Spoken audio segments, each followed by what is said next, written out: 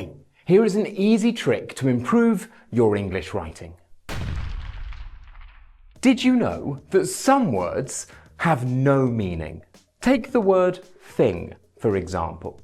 What does thing mean? Well, Google says that thing is an object that one need not, cannot, or does not wish to give a specific name to. But actually, thing has an infinite number of meanings, and this is why English learners love to use it. Let's take a look at an example sentence from a B2 First student's essay. Many advertisements use emotional language and images, and these things influence consumer decisions. Here, things means emotional language and images. Let's take a look at another sentence, again from a B2 First student's essay. As children, we are taught many rules on how to behave in society, and these things influence us as we grow older. Now, things has a different meaning. These things refers back to rules on how to behave in society. To summarize then, thing is often used as a referencing device. It packages up entire stretches of language into a single noun that can then be referenced again. Some writers will eliminate thing entirely and instead just use the words this or these to do exactly the same thing. For example, recycling is becoming more common and this helps protect natural resources. Here, again, this refers back to recycling. So then, what is my point? Am I trying to tell you that these sentences are terrible sentences? No, I'm not. In a way, these sentences are actually quite good because they demonstrate an effective use of cohesion. And cohesion refers to the way in which one part of a text relies on another part of a text for its meaning to be understood.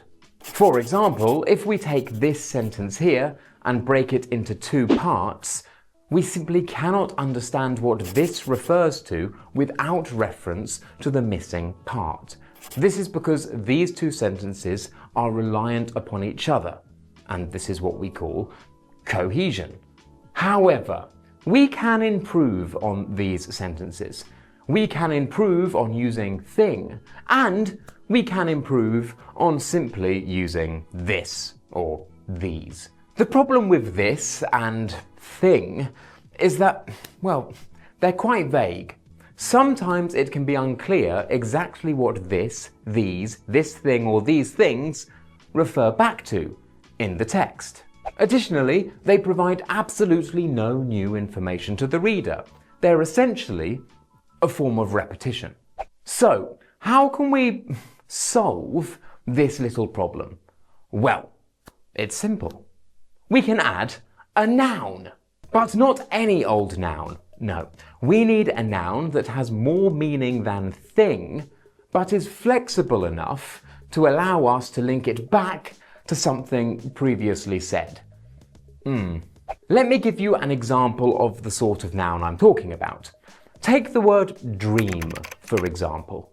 In a dictionary, dream means 1. A series of thoughts, images and sensations occurring in a person's mind during sleep, or 2. A cherished aspiration, ambition or ideal.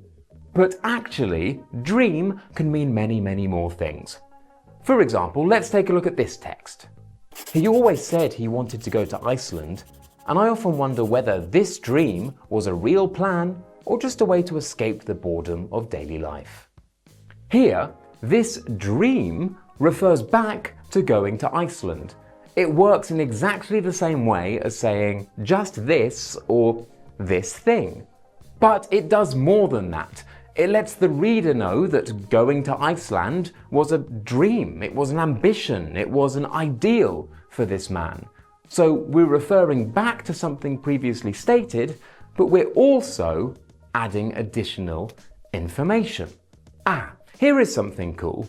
Often we can do this and dramatically alter the reader's perception of the this being referred to from before. Let me show you an example to show you what I mean. The students said they wanted more tests. This surprised the instructor. Okay, so we have this that refers back to the fact that the students said they wanted more tests. Why don't we play around with the nouns?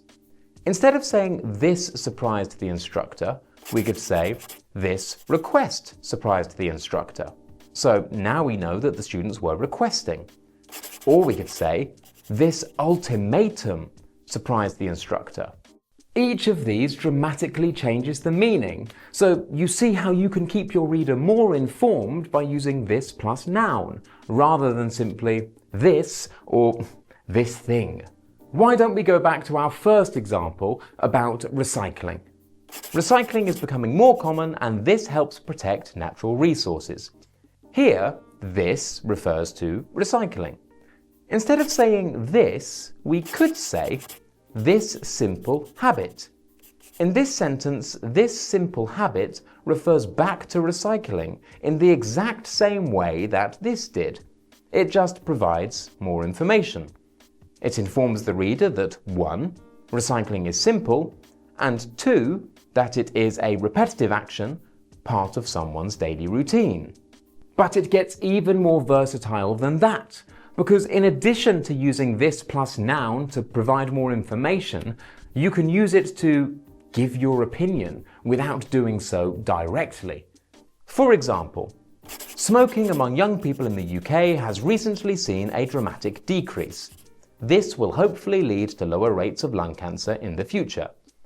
In this sentence, this refers to the fact that smoking among young people has decreased in the UK.